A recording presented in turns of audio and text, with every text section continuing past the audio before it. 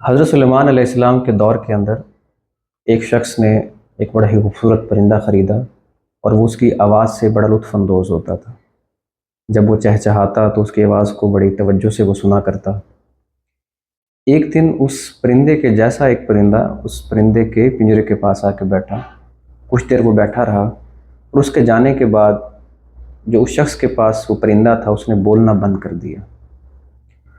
ایک دن، 2 دن، جب کافی سارے دن گزر گئے، اس پرندہ بولا ہی نہ، تو وہ شخص اس پرندے کو پنجرے سمیت حضرت سلیمان علیہ السلام کے پاس لے آیا کہ آپ اس سے پوچھیں کہ یہ خاموش کیوں ہو گیا، یہ بول کیوں نہیں رہا، کیونکہ آپ جانوروں کی، پرندوں کی، یہ چرند پرند ہر ایک چیز کی آپ زبان جانتے تھے، آپ بول بھی لیتے تھے، تو آپ نے اس پرندے سے پوچھا کہ بھئی تو خاموش کیوں ہو گیا ہے؟ تو اس پرندے نے جواب دیا کہ سلیمان، اللہ کے برحق نبی، اس شخص کو یہ لگتا ہے کہ جو میں بولتا ہوں یا چہچہاتا ہوں یا میں جو آواز نکالتا ہوں وہ بڑی خوبصورت آواز ہے، حالانکہ میں وہ آواز غم اور درد کی کیفیت میں جا کے وہ آواز نکالتا ہوں، اور وہ غم اور کی کیفیت اس وقت بنتی ہے جب میں اپنے ساتھ کے پرندوں کو دیکھتا ہوں جو آزاد اڑ رہے ہوتے ہیں۔ میں بھی چاہتا ہوں کہ میں آزاد رہوں۔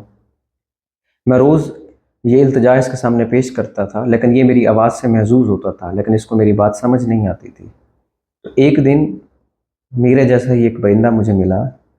جب میں نے اس کو یہ بات کہی تو اس نے مجھے کہا کہ اس شخص کو تمہاری بات سمجھ نہیں آتی، لہٰذا اگر تم آزاد ہونا چاہتے ہو تو خاموش ہو جاؤ، صبر کرو۔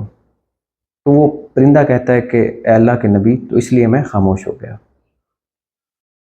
تو حضرت سلیمان علیہ السلام نے اس شخص سے کہا کہ آپ اس پرندے کو آزاد کر دو، اب یہ پنجرے میں دوبارہ کبھی نہیں بولے گا۔ تو اس شخص نے کہا کہ میں نے اس کو رکھ کے کیا کرنا ہے اگر یہ بولے گا ہی نہیں؟ تو اس نے اس کو آزاد کر دیا۔ جب اس کو آزاد کیا تو وہ پرندہ جو ہے وہ ایک درخت کی ٹہنی کے اوپر بیٹھا، تو اس نے کچھ کہا، چہچہایا۔ تو جب وہ چلا گیا تو اس شخص نے حضرت داؤد علیہ السلام، سلیمان علیہ السلام سے پوچھا کہ اس پرندے نے جاتے ہوئے کیا کہا ہے؟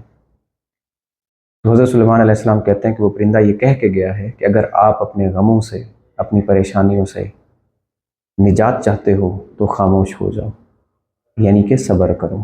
اگر آپ چاہتے ہیں کہ آپ کی زندگی سے دکھ، پریشانیاں اور مصیبتیں ختم ہو جائیں تو آپ بھی صبر کا دامن تھام لیں، کہ جو آپ لوگوں کے سامنے اپنے غموں کو، اپنی پریشانیوں کو آپ ڈسکس کرتے ہیں، بتاتے ہیں، یہ بے حس لوگ ہیں جو آپ کو سنتے نہیں، جو آپ کی بات کو سمجھتے نہیں۔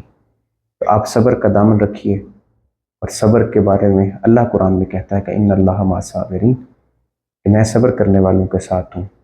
وہ پرندہ اڑتے ہوئے ہمیں یہی پیغام دے کے گیا۔